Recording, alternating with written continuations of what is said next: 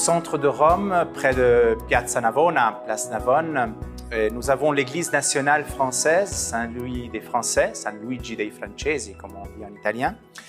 Et si nous entrons dans cette église, nous pouvons nous diriger vers la gauche, sur la nef gauche.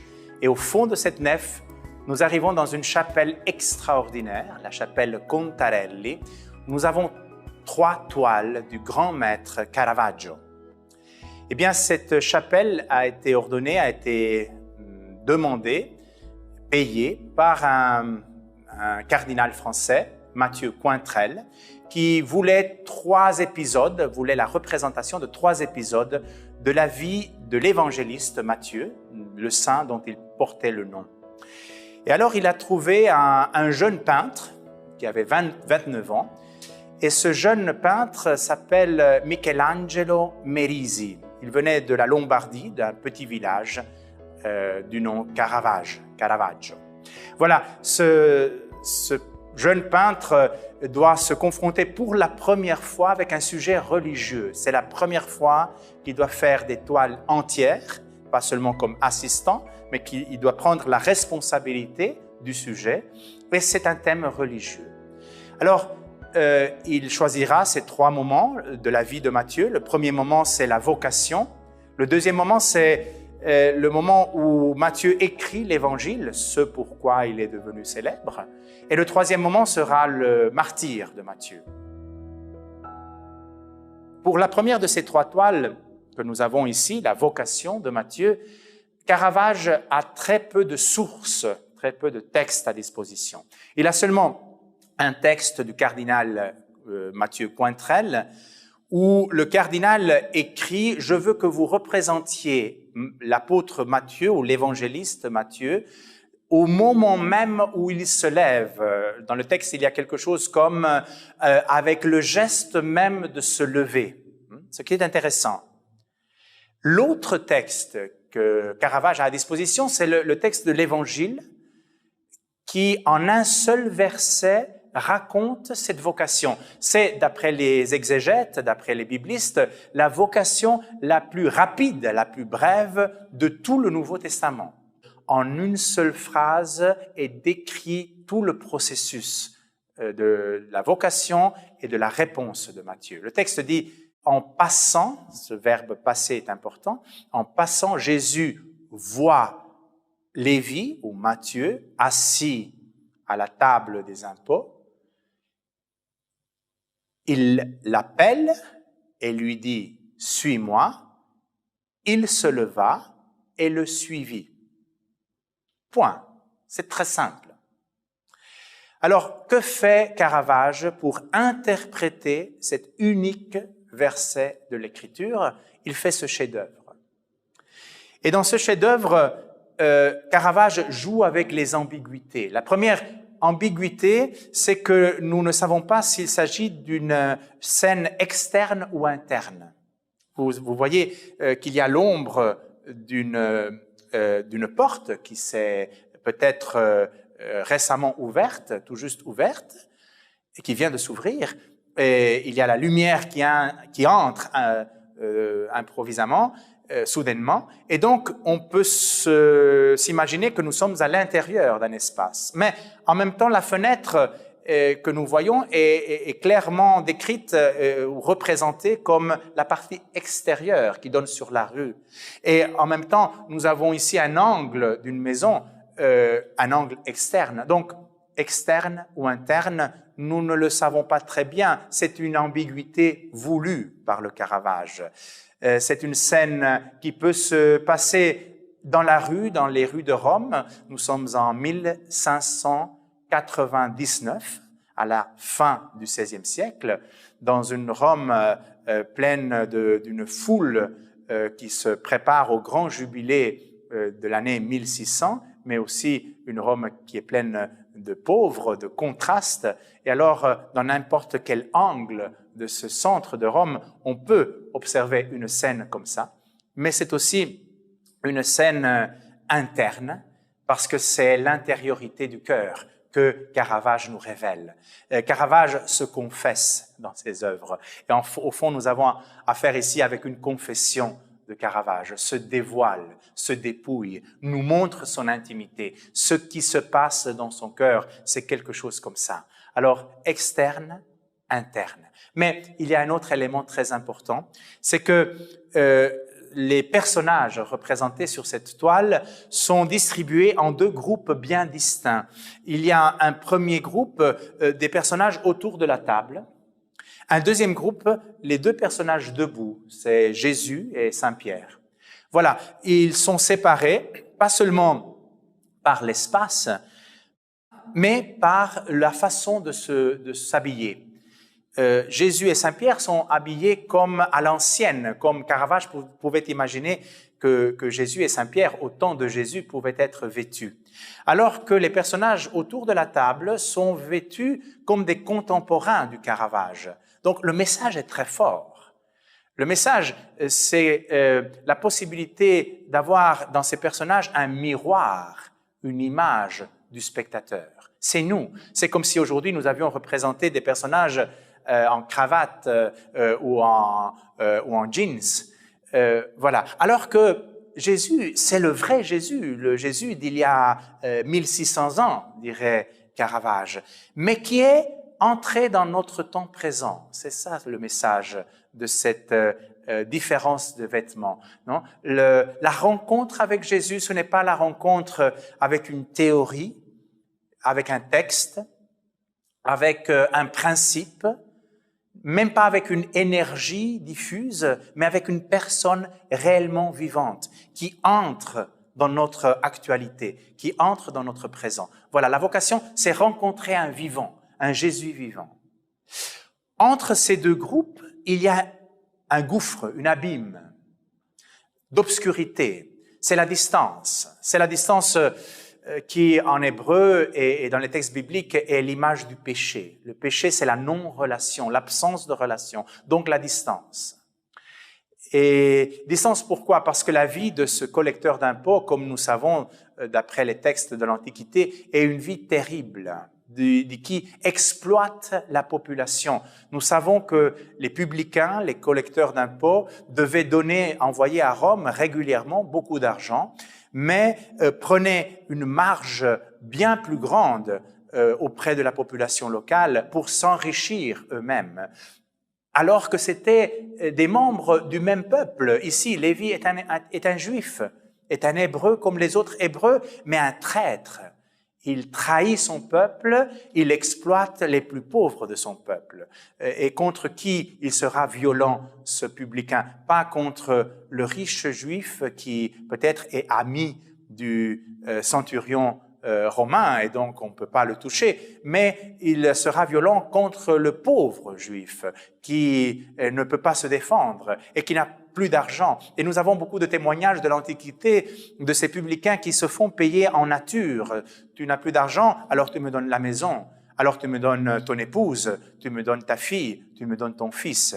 Voilà la violence et voilà que ce publicain est une des figures les plus haïes, les plus détestées de la population juive au temps de Jésus.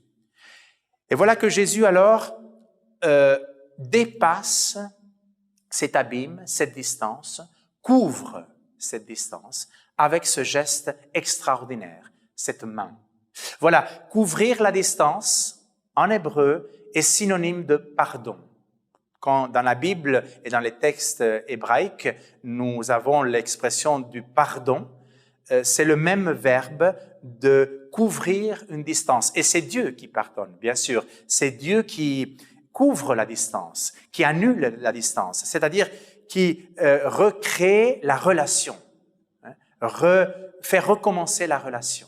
Alors cette main, cet appel de la vocation, c'est comme un pardon, c'est comme recréer la relation. Cette main, et ça c'est très intéressant, en réalité est une citation, est une imitation d'une autre main très célèbre dans l'histoire de l'art. La main du grand Michel-Ange, qui a le même nom de Michelangelo Merisi da Caravaggio, le Michel-Ange de la chapelle Sixtine, qui, sur la voûte de la Sistine, représente la création d'Adam. représente la création d'Adam avec ce geste de la main de Dieu tendue vers Adam, et donc c'est une main qui crée. Voilà, Caravage nous dit l'appel, la vocation, c'est une création. Est-ce que c'est une invention de Caravage, ça? Non, c'est une fidélité parfaite au texte biblique. On peut dire que Caravage, sans des études d'exégèse et sans des études de philologie biblique, a compris parfaitement, avec son intuition extraordinaire d'artiste, le sens profond du rythme de la phrase grecque dans le texte originel de l'Évangile. Pourquoi? Parce que dans le texte de l'Évangile, cette répétition du verbe suivre n'est pas innocente. Suis-moi, et il le suivit. D'abord à l'impératif, ensuite à l'indicatif. Qu'est-ce que c'est? Qu'est-ce que c'est que ce rythme? Suis-moi, et il le suivit. Impératif, indicatif. Ça rappelle pour l'oreille hébraïque, bien sûr, le texte de la création. Et que la lumière soit, et la lumière fut. Les exégètes nous disent que cette parole de la création, la parole de Dieu, chaque parole de Dieu est performative. Ça veut dire qu'elle réalise exactement ce qu'elle dit. Et alors, en reprenant le même rythme du texte de la création, que la lumière soit, la lumière fut, suis-moi, il le suivit, l'évangéliste, l'auteur de l'évangile, du texte de l'évangile, nous dit c'est une création. Nous avons affaire avec une création. Et Caravage l'a compris parfaitement. C'est la main de la création de Michel-Ange. Mais attention, est-ce que c'est la main de Dieu? Est-ce que c'est la main de Dieu le Père? Non. Caravage, dans sa génialité, fait un pas de plus et imite, oui, la scène de la création d'Adam, mais ce n'est pas la main de Dieu le Père, c'est la main d'Adam, de l'homme. Donc ici, la vocation, oui, c'est une création, mais c'est une création qui passe à travers Adam, à travers l'homme, à travers la chair humaine, à travers le corps, la matérialité de la vie humaine. C'est comme si Caravage nous disait, je ne crois pas que la vocation soit quelque chose qui vient sur les nuages, dans un abstrait ou dans un miracle, mais la vocation, c'est quelque chose qui passe à travers la chair humaine, les rencontres avec les autres Adams, avec les autres hommes. Voilà, Dieu appelle à travers l'homme. Cette main est exactement sur l'axe de cette fenêtre qui dessine une croix. Bien sûr, ce n'est pas un hasard. Les fenêtres dans la Rome de la fin du XVIe siècle avaient beaucoup d'autres formes. Caravage choisit cette forme de croix pour mettre ensemble la main, qui signifie la parole, l'appel, et la croix. La main signifie la parole parce que cette main, dans la tradition iconographique chrétienne, a souvent été présente dans l'art chrétien simplement pour indiquer la parole de Dieu.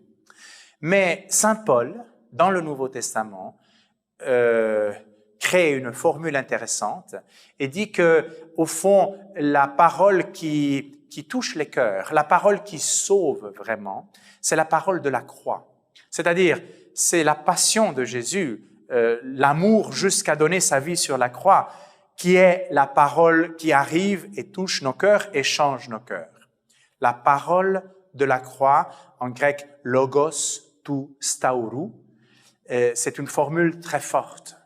Et Saint Paul dira, je ne suis pas venu chez vous avec des discours savants pour vous convaincre de grands principes intellectuels, mais je suis venu chez vous avec la pauvreté et l'essentialité d'une seule parole, la parole de la croix, qui est une folie, mais qui sauve.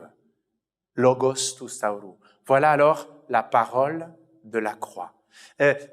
Caravage s'inspire d'une forme dans l'histoire de l'art médiéval de la fin du Moyen-Âge et de la Renaissance, où nous avons très souvent ce genre de représentation. Un avant-bras ou une main du Christ à l'intérieur de la croix. C'est vraiment la traduction en images la traduction iconographique de l'expression de saint Paul, logos tous tauro. Et voilà qu'ici, Caravage un peu, disons, sépare ces deux éléments, mais les laisse dans l'axe. C'est la parole de la croix qui touche Matthieu. Et alors, à ce moment, on pourrait se dire, mais qui est alors Matthieu? Qui de ces quatre personnages est Matthieu? Ça doit être bien sûr un des quatre assis. Ça, c'est la seule chose que nous savons. Ça ne peut pas être le personnage debout, parce que nous sommes dans ce moment, c'est comme si le temps était suspendu, dans ce moment où Matthieu ne s'est pas encore levé. Nous sommes dans la poétique du moment décisif, dans la suspension du temps, et le moment où Matthieu se lèvera. Et alors voilà, lequel de ces quatre? Le texte du cardinal Cointrel était très clair. Je veux que vous me représentiez Matthieu dans le geste même de se lever. Alors est-ce que c'est celui-ci qui fait le geste exactement de se lever? On pourrait le penser. D'autres auteurs préfèrent, en général, la tradition a préféré reconnaître Matthieu en ce personnage central avec la barbe. Pourquoi? Parce qu'il fait le geste de la main. C'est comme s'il se demandait, est-ce que c'est moi que tu appelles? Est-ce que c'est bien moi? Plus récemment, d'autres historiens de l'art, en analysant le triangle très profilé, très aigu, formé par cette droite de l'ombre et par la main de Saint Pierre, arrivent à dire que cela pourrait être ce jeune recourbé, courbé, enfermé en soi-même. Et il pourrait être notre Matthieu. Mais encore plus récemment, et c'est l'option que je choisis ici, d'autres auteurs nous disent que en réalité, Caravage a laissé cette ambiguïté, cette difficulté de reconnaître qui est Matthieu, l'a laissé exprès. C'est intentionnel de ne pas pouvoir reconnaître qui est Matthieu. Pourquoi? Parce que tous les quatre sont Matthieu. Ce sont quatre aspects du processus de réponse à cet appel. Ce sont quatre étapes. C'est un peu comme si Caravage nous disait « Je n'y crois pas à cette rapidité de réponse. Suis-moi » et il le suivit. Non, ce n'est pas vrai, c'est impossible. Chaque réponse à une vocation est un long processus avec un travail intérieur très difficile. Alors, voilà que je vous confesse les étapes. Et quelles sont ces quatre étapes? La première étape, évidemment, c'est le jeune recourbé, fermé en soi-même, qui compte l'argent, qui vit sa vie simplement autour de cette table des dettes, hein, des comptes, des chiffres. La vie, pour lui, ce ne sont pas des relations, ce ne sont pas des personnes qu'il rencontre dans sa vie, mais des chiffres. Tu me dois tant. Pourquoi? Parce que je dois tant à l'empereur de Rome.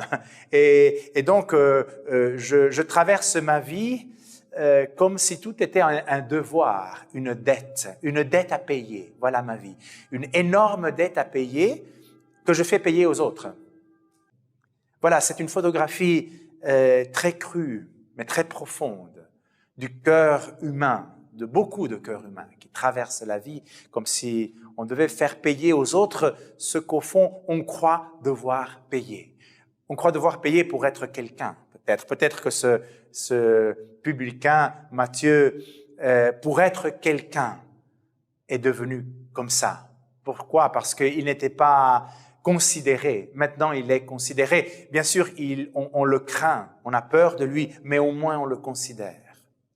Mais ceci fait de la vie de ce jeune une vie qui n'est pas illuminée. Qu'est-ce qui est illuminé dans ce jeune? Ce n'est pas son visage, ce n'est pas son identité, ce n'est pas sa vie, ce sont ses mains. Mais si on observe bien ses mains, ce sont des mains qui ne ressemblent pas à des mains humaines. Ce sont des mains monstrueuses, presque animales. On dirait des pieds de porc.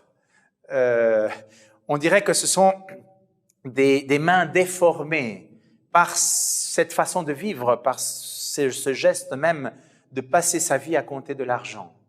Alors voilà, la lumière signifie la grâce, c'est le symbole de la grâce. Dans tous les tableaux du Caravage, c'est cette grâce divine qui vient, on ne sait pas trop d'où, en dehors du tableau, et qui fait vivre les figures, fait vivre les personnages, les fait apparaître hors de cette obscurité du néant. Mais cette lumière n'illumine pas le visage, illumine la déformation de ses mains. Illumine ce qui est monstrueux dans sa vie. Voilà le premier pas de la grâce. Le premier pas de la grâce, ce n'est pas quelque chose de beau. C'est de prendre conscience que la vie que l'on mène est une vie inhumaine, qui nous rend peu humains, qui nous rend animal. Et voilà cette conscience. Pour la première fois, ce jeune prend conscience, regarde ses mains animales, déshumanisées, et ça, c'est le premier pas de la grâce, qui le porte tout de suite au deuxième pas de ce processus, l'homme qui réfléchit. Parce que la parole « réfléchir » dans nos langues européennes est une parole qui a comme origine un mécanisme optique, c'est-à-dire la réflexion, la reproduction en miroir d'un geste ou d'un objet qui est ailleurs. Voilà, la réflexion du geste de Jésus, de la parole de la croix, du message de la croix. C'est le travail de la parole de Dieu dans le cœur de l'homme. Et alors, sa tête est dressée et la lumière l'illumine pour la première fois. Bien sûr, cet homme, c'est cette deuxième étape aussi parce que cet homme est décrit comme un homme sage. La barbe, dans l'iconographie classique, c'est le symbole du philosophe, du sage. Alors, qui est le sage? Celui qui commence à réfléchir, à penser, à écouter l'écho de la parole de Dieu à l'intérieur. Troisième étape, cet enfant pur, c'est un visage très pur. C'est la pureté produite par cette purification qu'est la parole de Dieu. C'est peut-être le jeune, le préadolescent, l'enfant que Lévi avait toujours voulu être et n'a pas réussi à être. Personne ne décide, personne ne naît en décidant d'être un malfaiteur, d'être un mafieux, d'être un collecteur d'impôts qui trahit son peuple. Mais ce sont souvent les circonstances, bien sûr aussi avec notre culpabilité, mais très souvent c'est la vie même qui nous porte à des choix que nous n'aurions jamais imaginés, jamais voulu. Et alors la parole de Dieu le reporte à cette innocence des origines, à cet enfant que lui avait été et aurait voulu rester. Et donc c'est la pureté du cœur, la virginité du cœur qui est redonnée grâce à cette parole qui purifie. C'est une nouvelle création. C'est pouvoir recommencer. Voilà la rencontre du ressuscité, de la parole de la croix, de la parole du vivant, c'est pouvoir recommencer. La vocation, c'est la possibilité de recommencer. Et alors, ensuite, la quatrième figure, c'est celui qui se lève, bien sûr. Et il se lève, c'est-à-dire il perd l'équilibre. Ici, son tabouret est déséquilibré. La vocation, c'est accepter d'être déséquilibré. La foi, c'est un déséquilibre parce que c'est avoir le centre de soi-même en dehors de soi-même. Et il a une épée aussi parce que la parole décider vient de la racine latine cedere, c'est-à-dire couper. Alors c'est intéressant de remarquer que chaque choix, chaque décision est aussi une coupure avec le passé. Une coupure avec cette vie représentée par cette table du devoir ou des dettes. Et ce jeune qui décide, c'est-à-dire qui coupe avec cette vie, laissera cette table. Le texte biblique nous dit, le texte biblique de la vocation de Matthieu nous dit, pour aller à une autre table. Parce que le texte continue comme si c'était la même scène où tous les personnages se retrouvent avec Jésus à festoyer autour d'une table. à banqueter, à faire un banquet autour d'une table. Et qu'est-ce que c'est que cette autre table? C'est l'autre table où ira ce jeûne. La table du banquet, la table de la gratuité, la table de la fête. Qu'est-ce que c'est qu'une fête? La célébration des relations, des amitiés. Donc, il passe de la table de la non-relation à la table de la plénitude de la relation. Il passe de la table des dettes, où la vie n'est qu'une dette, à la table de la gratuité, du remerciement. Remerciement en grec se dit eucharistia, charis, la racine charis veut dire la gratuité. Voilà que dans sa génialité, Caravage introduit un côté liturgique dans son tableau, c'est-à-dire ce tableau est la préparation à la liturgie. Ce tableau photographie l'endroit existentiel d'où l'on vient quand on entre dans l'Eucharistie. On coupe avec la vie précédente et on passe de la table des dettes, de la non-relation, de la violence à la table eucharistique, la table en 3 dimensions, qui est tout proche ici dans la Cappella Contarelli, dans l'église de Saint-Louis des Français, de San Luigi dei Francesi. C'est exactement perpendiculaire à ce tableau que nous trouvons l'autel latéral de cette chapelle où se célébrait la messe. Alors, cette image accompagne le participant à la messe pour dire voilà mon histoire, voilà d'où je viens, et maintenant je suis passé d'une table à l'autre.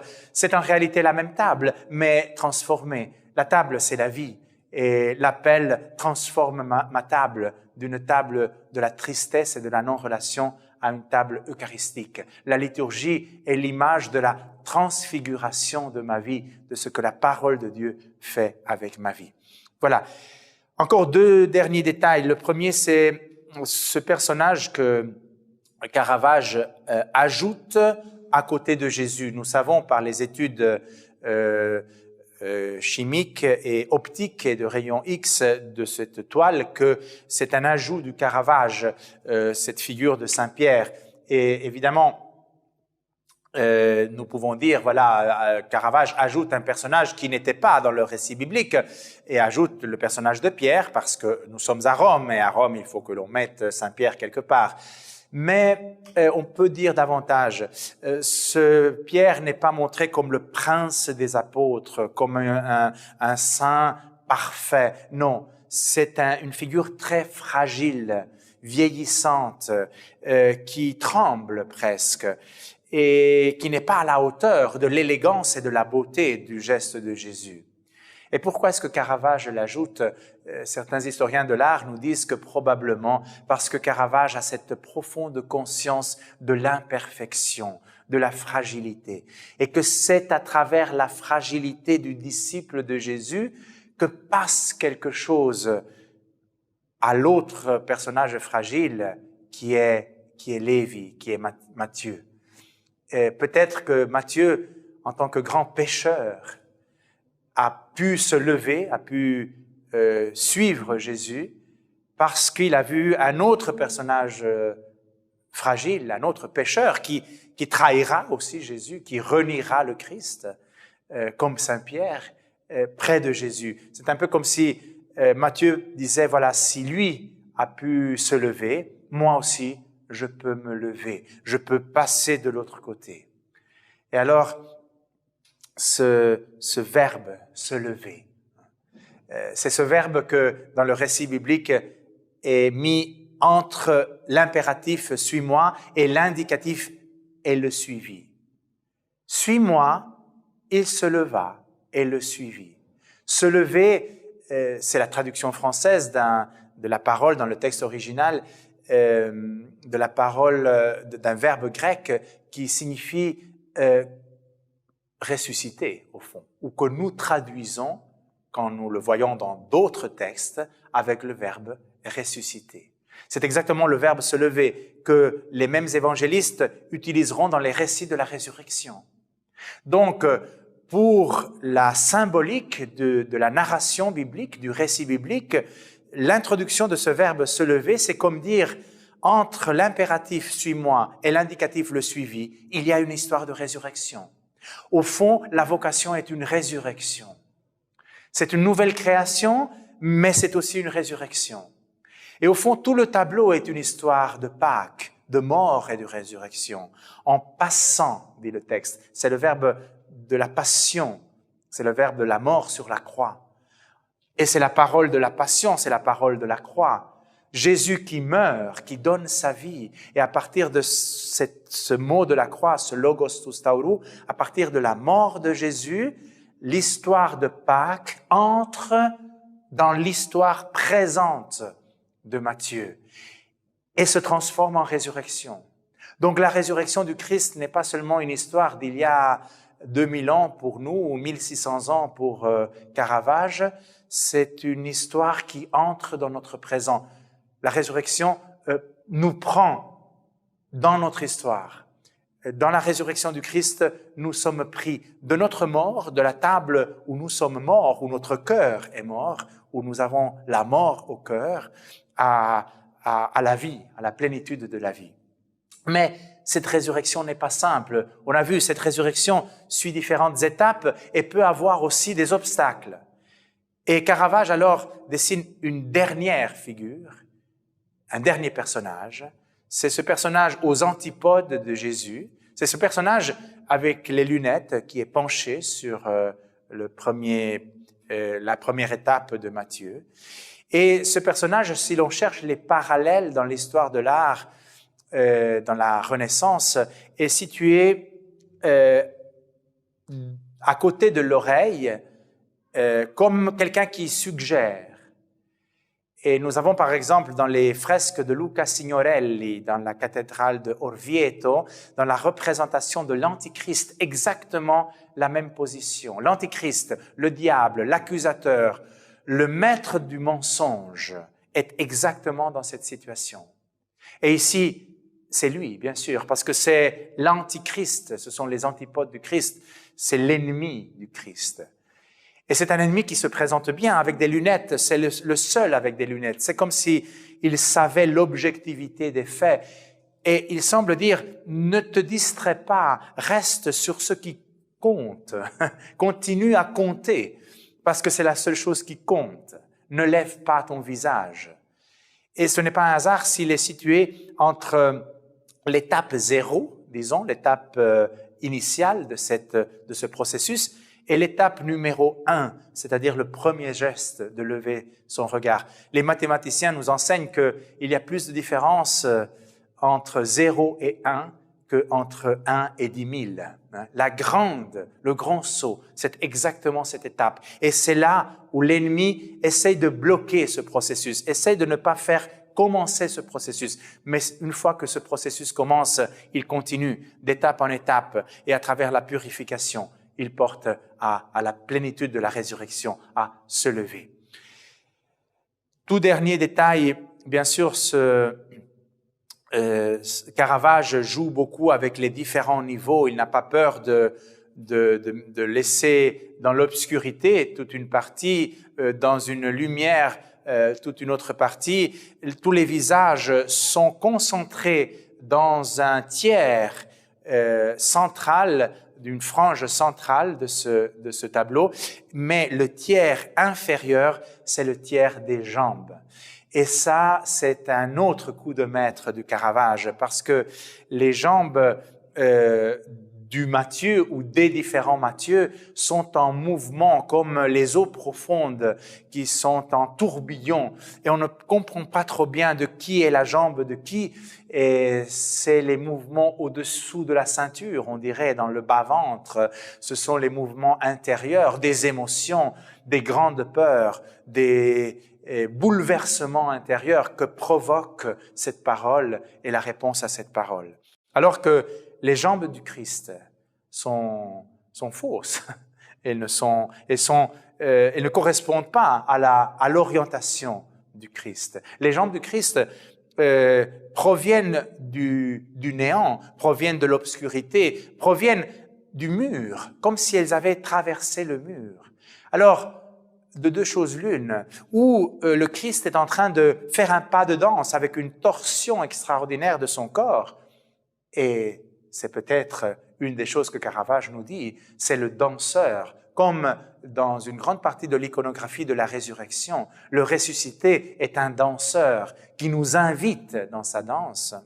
Ou bien alors, ce sont les jambes de celui qui est entré à huis clos, qui est entré à porte fermée, qui est entré à travers le mur, comme le ressuscité dans les récits des apparitions de Pâques. Et il a traversé le mur, il entre dans notre intériorité et c'est lui qui nous prend dans sa vie. Voilà, c'est la confession de Caravage qui nous dit « Moi, je suis comme ça, peut-être vous aussi ».